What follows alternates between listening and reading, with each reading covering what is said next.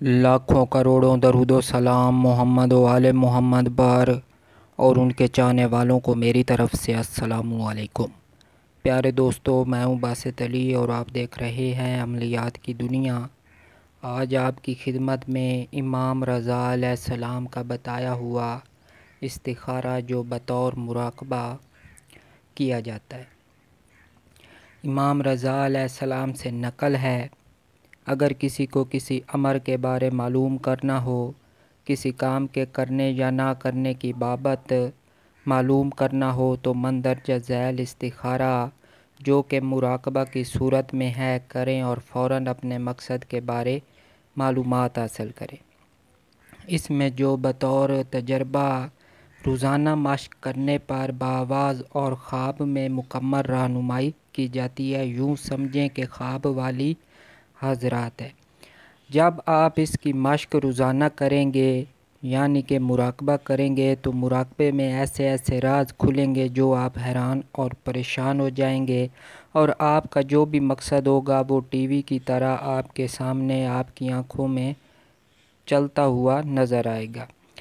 ایک تو کام کرنے یا نہ کرنے کے بارے معلوم ہوگا، ایک اس کے حل کے بارے معلوم ہوگا، لیکن شرط یہ ہے کہ روزانہ مشق کرنی پڑے گی۔ اگر ایک ہی بار کرنا ہو تو اس کے لیے یعنی کام کرنے یا نہ کرنے کے بارے تو ایک ہی مرتبہ کافی ہے۔ طریقے سے پہلے آپ سے گزارش ہے کہ ہمارے چینل کو سبسکرائب کر دیں اور ساتھ بنے ہوئے بیل آئیکن کو بھی پریس کر دیں تاکہ ہماری آنے والی ہر ویڈیو آپ کو مل سکے۔ سب سے پہلے باوضو ہوں، پاک صاف ہوں، نئے کپڑے پہنیں، خوشبو لگائیں، پھر اول 11 مرتبہ درود شریف پڑھیں،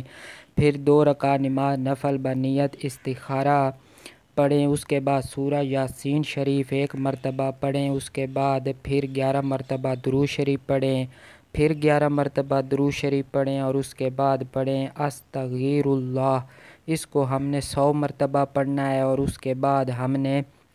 پھر 11 مرتبہ درود شریف پڑھنا ہے اور کچھ دیر مراقبہ کرنا ہے،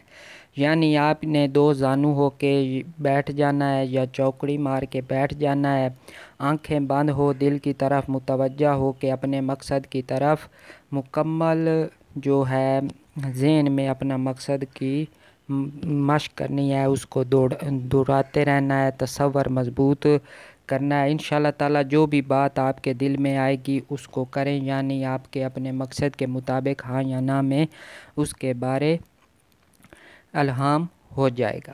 تو اس کو آپ نے اگر مشق بنانی ہے تو روزانہ اس کو کریں، اس کا کوئی وقت مقرر نہیں ہے سوائے زوال کے وقت۔ زوال کے وقت آپ اس کو نہیں کر سکتے، نماز عشاء سوتے وقت کریں تو سب سے بہتر ہے، کیونکہ یہ امام رضا علیہ السلام کا بتایا ہوا استخارہ ہے، ان سے نقل شدہ ہے، تو اس لیے اس میں کسی قسم کے شک کی گنجائش موجود نہیں ہے۔ تو امید ہے آپ اس سے بھرپور فائدہ اٹھائیں گے اور آپ کو ہمارے چینل سے فائدہ ہو رہا ہوگا۔ اگر ایسا ہے تو آپ سے گزارش ہے کہ ہمارے چینل کو سبسکرائب کر دیں اور ساتھ بنے ہوئے بیل آئیکن کو بھی پریس کر دیں تاکہ ہماری آنے والی ہر ویڈیو آپ کو مل سکے۔